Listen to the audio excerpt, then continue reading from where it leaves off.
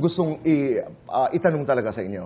Dahil merong isang eksena sa Master Cutter na talagang pinag-usapan, ito'y nag-viral. At gusto ko sana, Erica at Shena, panoorin natin.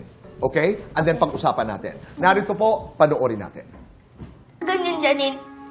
Dapat dinala mo si Ate Dalit kay Tatoy. Baka walang masama nangyari sa kanya. Baka di siya madisgrasya, baka buhay pa siya ngayon. Ibiyang, anak, huwag mo naman sisihin si Janine.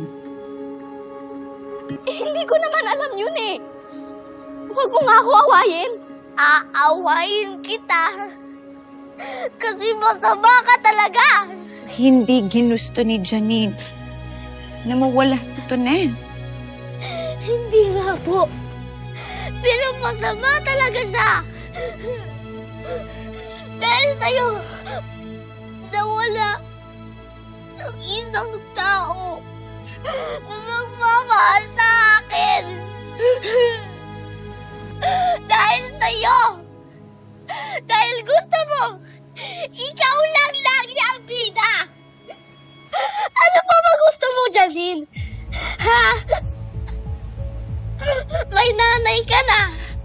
May tatay ka pa. Kulang pa ba yan sa'yo?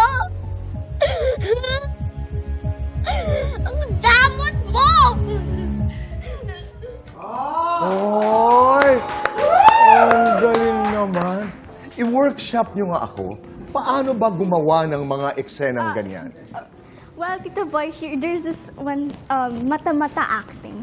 Mata-mata acting. Oh, mata-mata acting. It's like, you think of something sad because the actions speak louder than words and the eyes po talaga is the most important dun. So, what the viewers are looking at is your eyes po. So, parang you think of something sad. Ito lang, ito, yung mata. Yung mata. And then, ano ang iisipin ko? You think of something sad, like something that would make you sad or would make you cry. Okay. Or pang, and then start feeling into that and start shifting into that feeling. And then, Okay.